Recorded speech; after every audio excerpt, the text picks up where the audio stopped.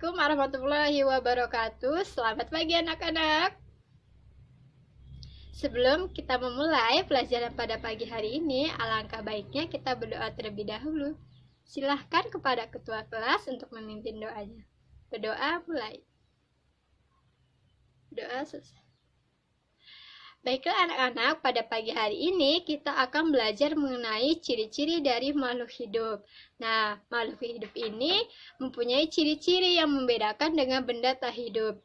Yaitu yang pertama, ciri-ciri makhluk hidup. Yang pertama yaitu berkembang biak. Yang kedua, bernafas. Yang ketiga, bergerak. Yang keempat, menerima dan menanggapi rangsangan. Yang kelima, tumbuh dan berkembang. Yang keenam, membutuhkan makanan dan minuman, dan yang ketujuh mengeluarkan zat sisa. Nah, yang pertama yaitu berkembang biak. Apa sih berkembang biak itu? Nah, berkembang biak adalah kemampuan makhluk hidup untuk menghasilkan keturunan. Jadi tujuan dari berkembang biak ini agar menghasilkan keturunan yang baru supaya keturunannya itu bertambah dan tidak punah. Kemudian berkembang biak ini digolongkan menjadi dua bagian. Yang pertama, berkembang biak secara vegetatif atau tidak kawin, dan yang kedua berkembang biak secara generatif atau kawin. Nah, berkembang biak secara vegetatif ini contohnya terjadi pada tumbuhan, yaitu misalnya ketika kita ingin menanam bunga atau pohon atau buah-buahan.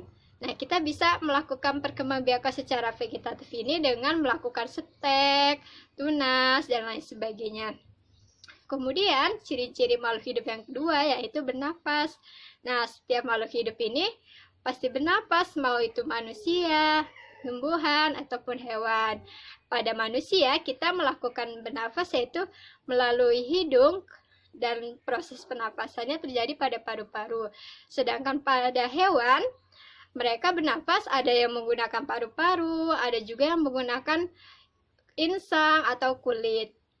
Kemudian, pada tumbuhan, mereka bernafas menggunakan stomata. Nah, ciri makhluk hidup yang ketiga yaitu bergerak. Ya, benar ya. Ciri-ciri makhluk hidup yang ketiga yaitu bergerak. Nah, seperti manusia, tumbuhan, hewan pasti bergerak. Kalau pada manusia, bergeraknya yaitu bisa menggunakan tangan ataupun dengan kaki. Sedangkan pada hewan biasanya bergerak menggunakan tangan atau kaki, sayap, dan lain sebagainya.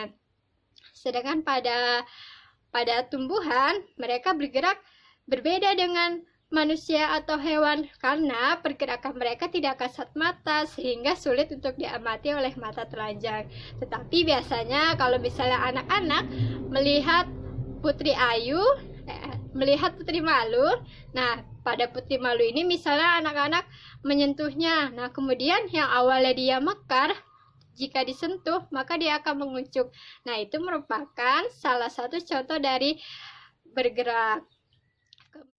Kemudian ciri-ciri makhluk hidup yang keempat yaitu menerima dan menanggapi rangsangan. Nah, yang keempat ini biasanya makhluk hidup itu menerima dan menanggapi rangsangan ketika ia bergerak. Contohnya saja pada manusia, misalnya Andi ketika tersenggol atau terkena sengatan lebah pasti akan refleks bergerak kan badannya. Nah, itu merupakan salah satu ciri-ciri makhluk hidup yaitu menerima dan menanggapi rangsangan. Atau misalnya Putri tiba-tiba tersenggol gelas panas, nah Putri tiba-tiba bergerak. Nah, berarti itu sama saja Putri menerima dan menanggapi rangsangan.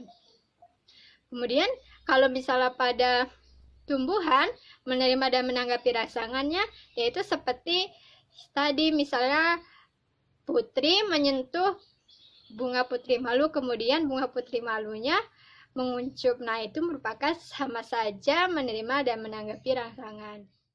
Selanjutnya, ciri-ciri dari makhluk hidup yang kelima yaitu tumbuh dan berkembang. Tumbuh merupakan proses bertambah besarnya ukuran dan tidak dapat kembali seperti semula. Contohnya, tumbuh pada manusia yaitu tinggi badan, berat badan. Sedangkan tumbuh pada tumbuhan yaitu contohnya seperti besarnya batang, bertambah panjangnya akar. Untuk tumbuh pada hewan Contohnya yaitu seperti bertambah banyaknya bulu atau rambut. Nah, berkembang adalah proses atau kemampuan untuk proses pendewasaan. Contohnya pada manusia. Berkembangnya yaitu seperti kita tengkurap, terus merangkak, atau berjalan. Sedangkan pada tumbuhan, contoh berkembang yaitu ketika tumbuhan tersebut mengeluarkan bunga. Nah, pada hewan, contoh berkembangnya yaitu seperti beranak.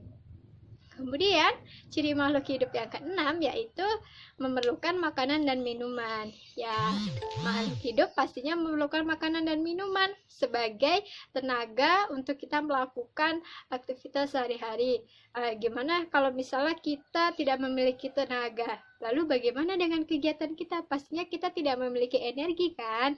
Nah, jadi makhluk hidup itu pasti memerlukan makanan dan minuman berfungsi sebagai untuk melarutkan zat-zat yang ada di dalam tubuh, misalnya sebagai pelarut vitamin atau obat. Kemudian ciri dari makhluk hidup yang terakhir yaitu mengeluarkan zat sisa.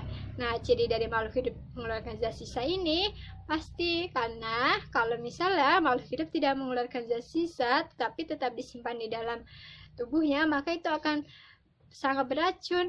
Makanya makhluk hidup mengeluarkan zat sisa, misalnya seperti kita berkeringat, buang gas, dan lain sebagainya. Itulah ciri-ciri dari makhluk hidup. Ciri-ciri makhluk hidup inilah yang membedakan dengan makhluk tak hidup atau benda mati. Nah, demikianlah pelajaran kita pada pagi hari ini. Semoga anak-anak sudah paham semua ya. Ibu tutup pelajaran pada pagi hari ini. Wabillahi taufiq wal hidayah. Wassalamualaikum warahmatullahi wabarakatuh.